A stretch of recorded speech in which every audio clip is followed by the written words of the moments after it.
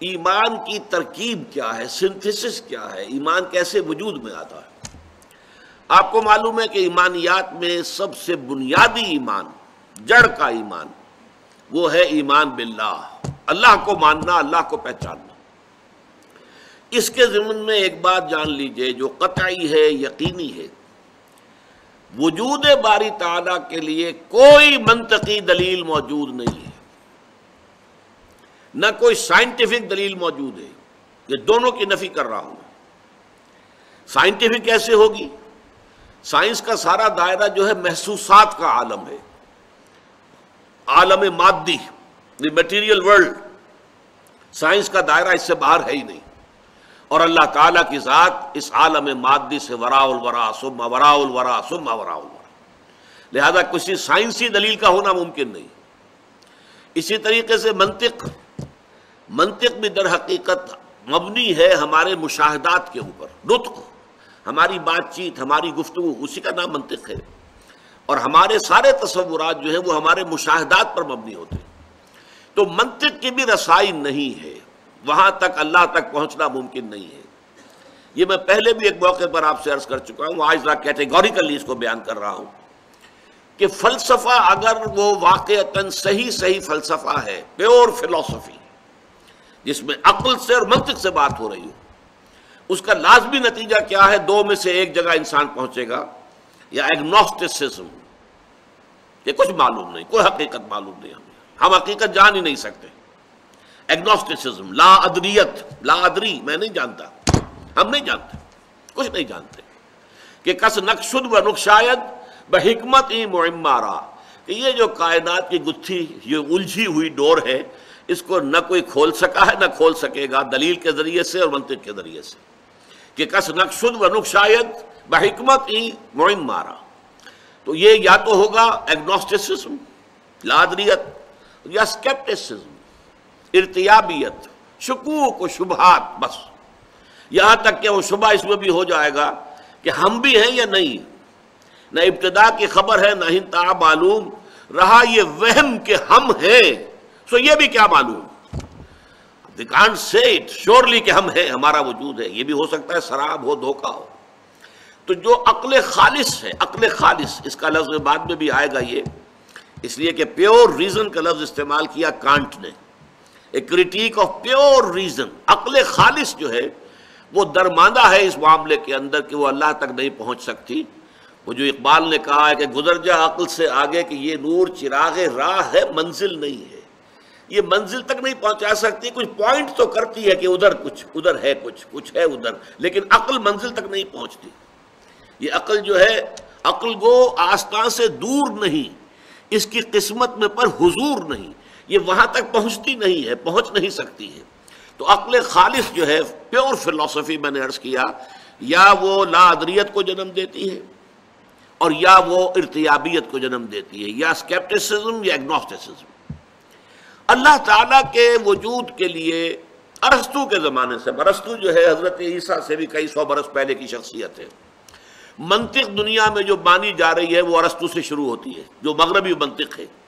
اگرچہ انڈیا میں منطق اس سے بھی پہلے موجود تھی اور بہت زیادہ ڈیولپ تھی، ہندوستان کی منطق، لیکن چونکہ بعد میں تو اب یہ جو دور ہمارا ہے، اس میں تو ہر چیز جو ہے وہ مغرب کی ہے، اس کی چھاپ پڑی ہوئی ہے، مغرب کا روب ہے، فلسفہ ہے تو مغرب کا، سائنس ہے تو مغرب کی۔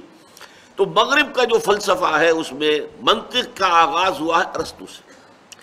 ارسطو کے زمانے سے اللہ تعالیٰ کے وجود کے ثبوت کے لیے 3 دلیلیں پیش کی جاتی رہی۔ علامہ اقبال نے اس کا ذکر کیا ہے کہ کانٹ نے، ایمینوئل کانٹ جو ہے وہ جدید فلسفہ میں بہت اہم مقام کا حامل ہے، ایک لینڈ مارک ہے۔ اس نے ان 3 دلیلوں کو کاٹ کر رکھ دیا کہ ان میں سے کوئی دلیل بھی منطق کی ترازو میں پوری نہیں اترتی، بلکہ منطق کو کاٹتی ہے۔ ان الحدید بالحدید یفلح، لوہا لوہے کو کاٹتا ہے، اسی طرح منطق کو کاٹ دیتی ہے۔ تو یہ دلائل کیا تھے؟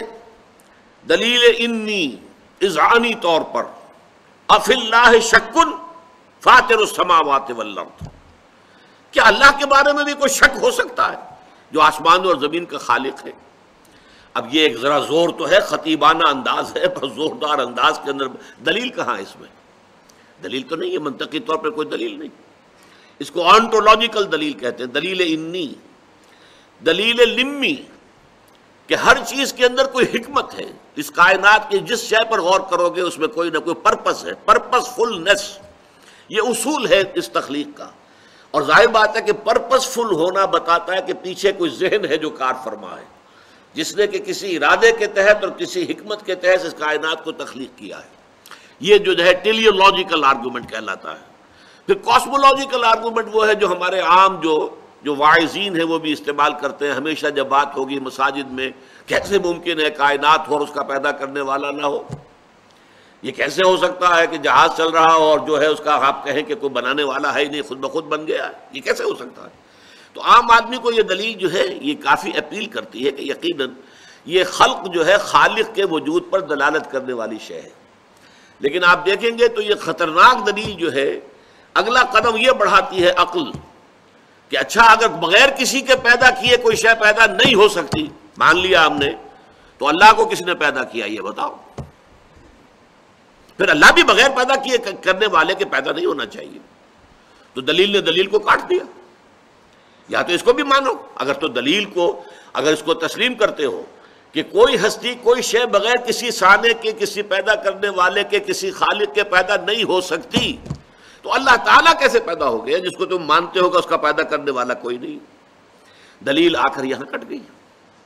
بہرحال کانٹ نے ان تینوں کے بارے میں کہا، اگرچہ دو دلیلیں پھر بعد میں اور بھی دی گئی ہیں اللہ تعالیٰ کی ہستی پر. ایک ہسٹوریکل، کہ تاریخ میں ہمیشہ سے ہر معاشرے میں یہ مانا گیا ہے کہ کوئی پیدا کرنے والا ہے. لیکن اگر اس دلیل کو مانے تو پھر تاریخ میں ہر معاشرے میں شرک بھی موجود رہا ہے. جس قدر تسلسل شرک کو رہا ہے کہ ایک پیدا کرنے والے کو مان کر اس کے ساتھ نائبین، اس کے ساتھ جو ہے اس کے لاڈلے، اس کے منہ چڑھے، جن کی سفارش کو وہ روک نہیں سکے گا، یہ سارے تصورات بھی رہے کہ نہیں رہے؟ اگر پرماتما کے ساتھ جو ہے اور مہادیو کے ساتھ دیویاں اور دیوتاؤں کی فوج رہی ہے، اگر بڑے جی سے لکھے جانے والا گاڈ، چاہے وہ رومن امپائر کا ہو اور چاہے وہ گریکس کا ہو، وہ ساتھ ہی ان کے گاڈز اینڈ گاڈیسز کی فوجیں ہیں. اللہ ایک ہے، آلہہ بے شمار ہیں. تو یہ دلیل بھی کٹ گئی کہ اگر کسی شے کا تسلسل اور دوام اور اس کا مسلسل پایا جانا تاریخ کے دوران دلیل ہے تو پھر شرک کے حق میں بھی اس دلیل کو ماننا پڑے گا. ایک دلیل جو ہے وہ دی گئی ہے مورل، اور وہ بڑی وزنی دلیل ہے. اور لیکن یہ کہ قرآن مجید نے اس دلیل کو وجود باری تعالیٰ کے لیے استعمال نہیں کیا ہے، بلکہ اسے آخرت کے لیے، معاد کے لیے، جزا و سزا کے لیے استعمال کیا. وہ ابھی آج ہم پڑھ لیں گے انشاءاللہ تعالیٰ. تو یہ سمجھ لیجئے کہ جب اللہ تعالیٰ کی ہستی کا کوئی ثبوت ہمیں منطقی دلیل سے نہیں ملتا ہے تو پھر اللہ تعالیٰ کی کو ماننے کی بنیاد کیا ہے؟ دیکھیے اس کا تعلق ہے کلیتاً انسان کی فطرت کی بدیہیات. بدیہ کہتے ہیں ایسی چیز جو از خود روشن ہو، واضح ہو، جس کو کسی دلیل کی حاجت نہ ہو. جیسے کہتے ہیں کہ آفتاب آمد، دلیل آفتاب. اسی طریقے سے کوئی شے جو بالکل روشن ہے، از خود واضح ہے. فطرت کے اندر کوئی شے ہے. اقبال نے کانٹ کی بات مانی ہے. کاسمولوجیکل، ٹیلیولوجیکل، آنٹولوجیکل جتنے آرگومنٹس تھے کانٹ نے سب کا صفایا کر دیا کہ یہ خود منطق کے پیمانے پر پورے نہیں اترتی دلیلیں. اس کے بعد یہ بھی میں آپ کو بتاتا چلوں کہ پورے یورپ کے اندر اس وقت تک یورپ میں مذہبیت کا بڑا زور تھا، تو ایک بڑی یعنی لہر پیدا ہوئی کہ یہ کیا کیا اس نے، تو مذہب کی بنیاد ہٹا دی، ہلا دی ہے، ختم کر دی ہے. اب یہ بھی ہو سکتا ہے کہ معاشرے کے دباؤ کی وجہ سے، جیسے ہم دیکھتے ہیں علامہ اقبال نے جب شکوہ نظم لکھی تو بڑا ایک طوفان مچ گیا کہ یہ ایسی گستاخی اللہ تعالیٰ کی جناب میں، اور اس طرح کا انداز، اور یہ باتیں کرنا اس طرح اللہ کے ساتھ. جب شکوہ، پھر علامہ نے جواب شکوہ لکھا تو پھر یہ کہ لوگوں کے سامنے واضح ہوا کہ یہ در حقیقت ایک پیغام دینے کا ذریعہ تھا. ہو سکتا ہے کانٹ کا معاملہ بھی یہی ہو، لیکن اس نے پہلی کتاب لکھی critique of pure reason, pure reason, عقل خالص، جو میں نے ابھی لفظ استعمال کیا تھا، اور ثابت کر دیا کہ عقل خالص کے ذریعے سے خدا کو ماننے کے لیے کوئی بنیاد موجود نہیں ہے، کوئی دلیل نہیں، ساری دلیلیں کاٹ کر توڑ پھوڑ کر رکھ دی۔ لیکن پھر کچھ عرصے کے بعد اس نے کتاب لکھی کرٹیک آف پریکٹیکل ریزن۔ ایک دلیل عملی ہے، انسان کا عمل درست نہیں رہ سکتا جب تک کہ وہ خدا کو نہ مانے، لہذا خدا کو ماننا ہماری ضرورت ہے۔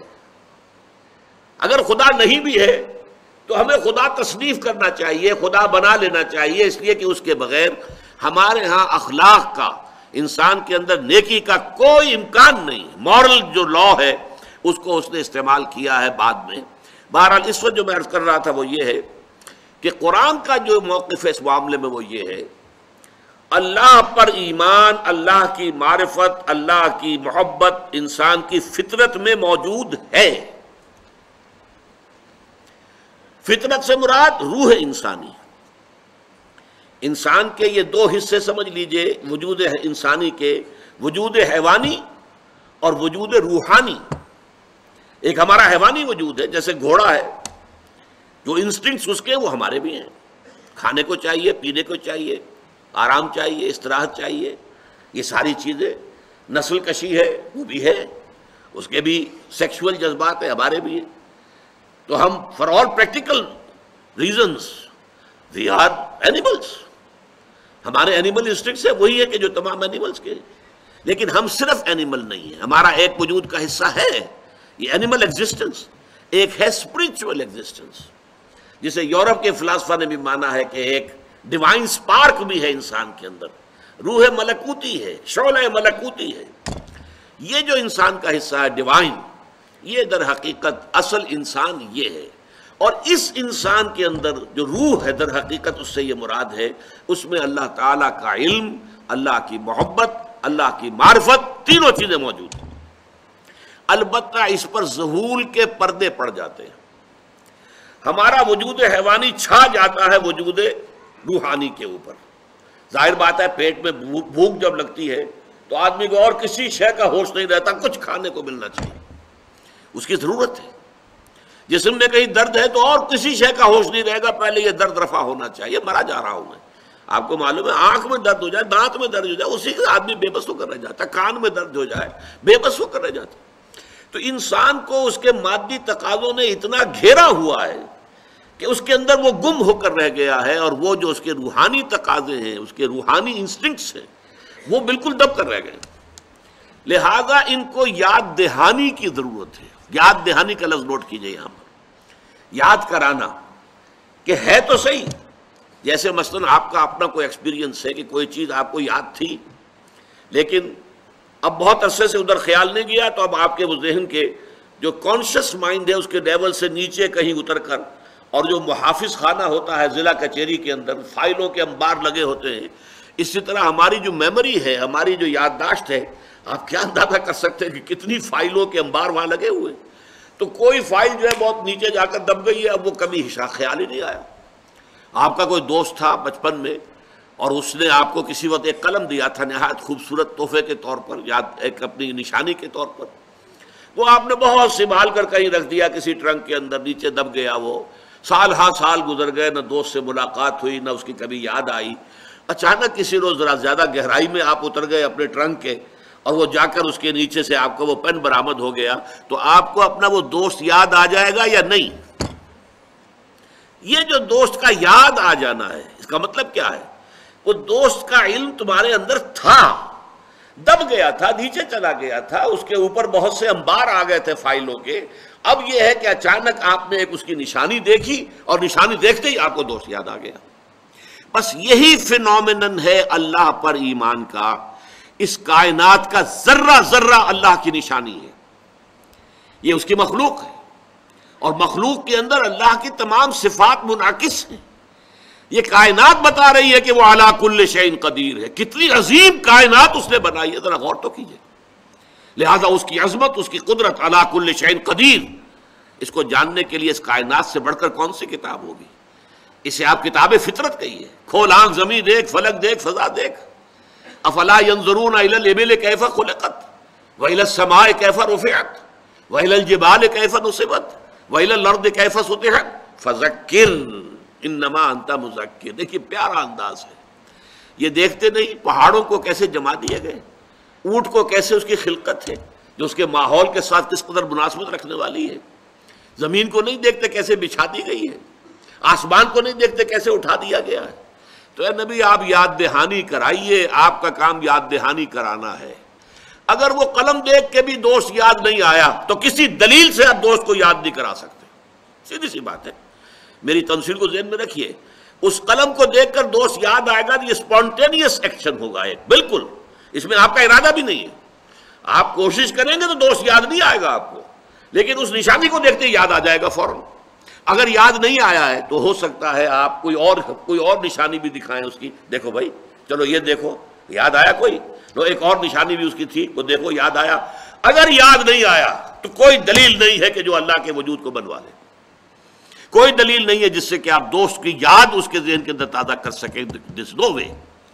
تو قرآن کا ایمان باللہ کے ضمن میں جو اس کا اس اصل الاصول، اسی لیے اس کی اصطلاحات کیا ہیں؟ آیت ان فی خلق السماوات والارض واختلاف اللیل والنہار لآیات لأولی الالباب، یقیناً آسمانوں اور زمین کی تخلیق میں اور رات اور دن کے الٹ پھیر میں، ابھی رات تھی اب دن آ گیا ہے، کیا اس کی کیفیات تھی، کیا اس کی کیفیات ہیں، زمین و آسمان کا فرق ہے۔ دونوں حیات کے لیے، اس حیات عرضی کے لیے رات بھی اتنی ہی ضروری ہے جتنی کہ دن ضروری ہے۔ اس کے اندر حکمتیں دیکھو، اس کے اندر اللہ تعالیٰ کی حکمتیں کیسی کیسی کار فرما ہیں۔ برگ درختان سبز در نظر ہوشیار، ہر ورق دفترست معرفت کردگار، یہ جو سب پتے ہیں درختوں کے، ان میں سے ہر پتا اللہ تعالیٰ کی معرفت کا دفتر ہے، لیکن دیکھنے والی آنکھ چاہیے۔ کہنے والے کون ہیں؟ شیخ سعدی رحمۃ اللہ علیہ۔ برگ درختان سبز در نظر ہوشیار، ہر ورق دفترست معرفت کردگار۔ تو اللہ تعالیٰ کو ماننے کا طریقہ یہ ہے، ان فی خلق السماوات والارض واختلاف اللیل والنہار لآیات لأولی الالباب۔ آیات کسے کہتے ہیں؟ نشانی کو۔ دیکھیے تصویر ہے، مصور نے بنائی ہے، اب مصور کے کمال فن کا اظہار کرنے والی تصویر ہے، منہ سے بول رہی ہے کہ میرا بنانے والا بڑا کامل مصور ہے، اپنے فن کا نہایت ماہر ہے، یا وہ تصویر خود کہہ رہی ہوگی زبان حال سے کہ بڑا اناڑی ہے جس نے یہ تصویر بنائی ہے۔ اسی طریقے سے یہ کائنات ہے در حقیقت جو اللہ تعالیٰ کی جملہ صفات کی مظہر ہے، اور ان صفات کے حوالے سے پھر اللہ تعالیٰ کی معرفت حاصل ہوتی ہے، اور انہی کو دیکھ کر اللہ یاد آتا ہے۔ لآیات لأولی الالباب، ہوش مند لوگوں کے لیے۔